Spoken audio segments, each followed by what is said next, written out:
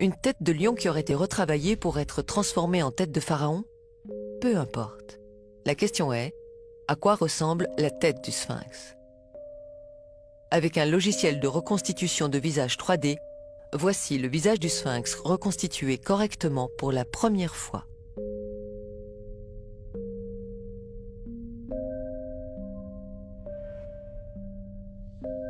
Sans commentaire. Puisqu'ils étaient noirs, il est logique de faire une sculpture à leur image. Comme un peintre qui peint son dieu à son image, les Égyptiens ont fait le sphinx à leur image. On imagine mal des Égyptiens blancs réaliser une sculpture de leur dieu ou de leur roi avec un profil nègre. Vous avez entendu le mot nègre. Il est injuste de vous montrer une recette sans vous présenter les véritables cuisiniers de ces monuments. Regardez toutes ces sculptures. Vous remarquerez une chose, elles ont toutes les nez cassés.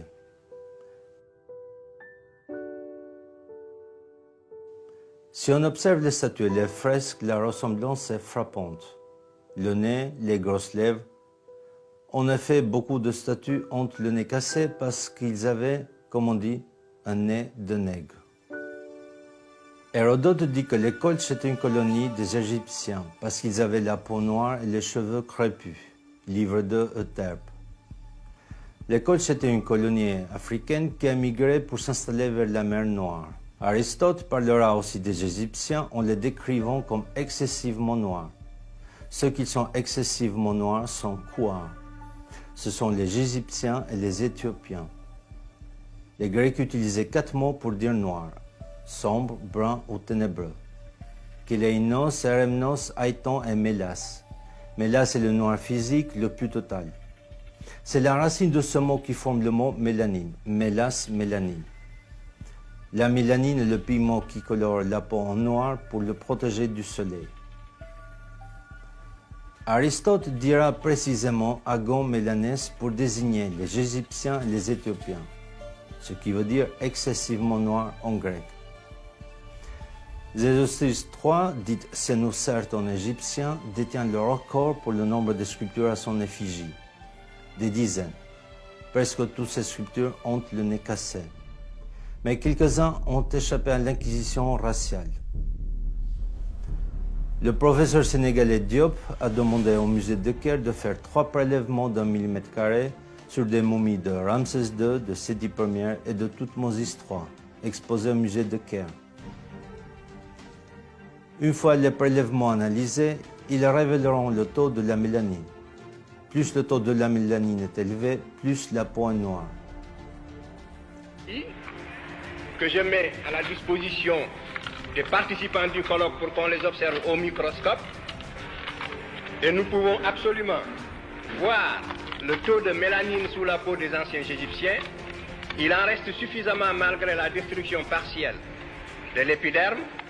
Dans la région qui sépare le derme et l'épiderme, il y a des inclusions des bases des cellules des mélanocytes en quantité suffisante pour révéler un taux de mélanine absolument absent chez les races leucodermes. Et j'ai voulu dès l'an dernier appliquer cette étude aux momies royales de Ramsès II, de Séti Ier et de Toutmoses III. Depuis un an, j'écris au conservateur du musée du Caire, car il ne me faut pas plus d'1 mm², 1 mm² de peau, mais prise toujours dans la même région, et je n'ai pas eu ces échantillons, je le regrette. Par conséquent, c'est une étude très facile, accessible, qu'on peut faire. Voici les lames, ce sont des préparations, il suffit de les mettre sous l'objectif d'un microscope pour voir le taux de mélanine. Alors, sur la base donc de mes propres investigations, que sont celles-ci, et jusqu'à ce que d'autres investigations... Le musée n'a toujours pas répondu depuis 35 ans. Les Égyptiens s'appelaient les Kémites et l'Égypte s'appelait Kémet, le pays du noir. Non, ce n'est pas la couleur noire du limon, du Nil qui est évoquée, comme certains archéologues le prétendent, mais bien la couleur de la peau de la population qui vivait là.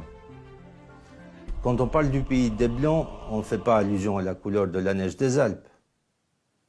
Finissons avec le rumeur, si Howard Carter a falsifié le masque d'or de Toutankhamon et reproduit des faux reliques.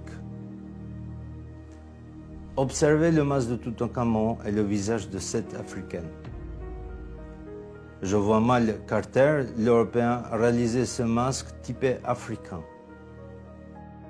Il est midi, la température est au taquet, c'est-à-dire qu'il fait à peu près 45-46 degrés. Il n'y a absolument pas d'ombre, vu que c'est une carrière et qu'il n'y a aucun bâtiment et qu'on ne peut absolument pas s'abriter. Autant vous dire que je ne veux pas rester ici 3h30.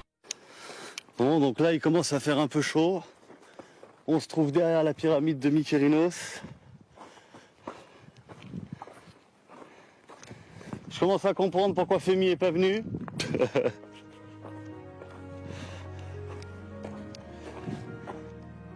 En Égypte, pendant les mois d'été, période pendant laquelle les pyramides étaient construites, les températures atteignaient 45 degrés et plus.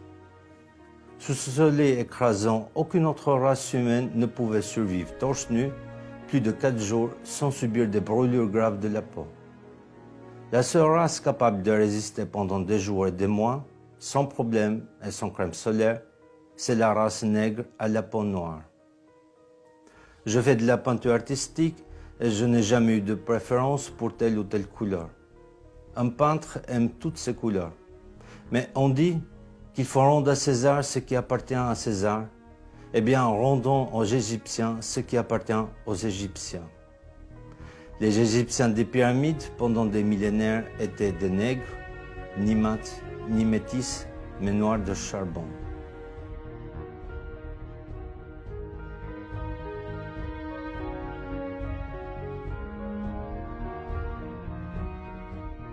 Les Égyptiens ont mémorisé et imprimé leur négritude dans le granit et dans le quartz pour l'éternité. Que doit-on faire? Les détruire pour effacer cette époque de l'humanité? Les cacher? Parler? Ne pas parler? Posez-vous ces questions.